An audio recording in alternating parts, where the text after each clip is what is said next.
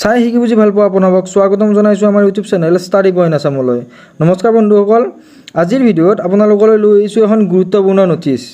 অৱশেষত পষ্টপন হ'ল হেল্থৰ গ্ৰেড 4ৰ লিখিত পৰীক্ষা।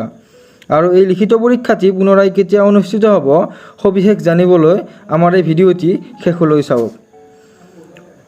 অসমৰ চাৰিওপিনে বানপানীয়ে প্ৰকোপ চলোৱাৰ ফলত হেল্থ ডিপাৰ্টমেণ্টে গ্ৰেড 4ৰ এক্সামটি পষ্টপন কৰিবলৈ সিদ্ধান্ত ল'লে। আৰু অফিচিয়েল নটিছ এখন আহি গৈছে, notice postponement of written examination of grade 4 post under health NFW and medical education and research department government of Assam.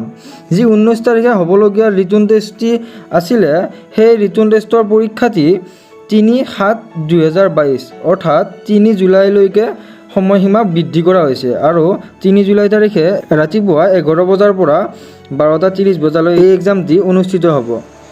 এই নটিছখনতে কেইটামান অফিচিয়েল ৱেবছাইট লিংক দিয়া আছে, dme.assam.gov.in, DHS assam.gov.in। এই 4টামান ইয়াতে অফিচিয়েল ৱেবছাইট লিংক দিয়া আছে। আপোনালোকে মাজে সময়ে এই লিংককেইটাত চাই থাকিব। আৰু গুৰুত্বপূৰ্ণ জাননী বিষয়ক আগন্তুক ভিডিঅ'বোৰ যথাসময়ত পাই থাকিবলৈ আমাৰ ইউটিউব চেনেল ষ্টাডি পইণ্ট আছামটি ছাবস্ক্ৰাইব কৰি ল'ব আৰু কাষতে থকা বেল আইকনটি দবাই অলপ ছেট কৰি থ'ব। ভিডিঅ'টি ভাল লাগিলে লাইক কৰিব আৰু সকলোৰে মাজত শ্বেয়াৰ কৰি দিব। তো আজিলৈ ইমানেই। পৰৱৰ্তী ভিডিঅ'ত পুনৰ লগ পোৱাৰ আশাৰে জয় অসম, ধন্যবাদ।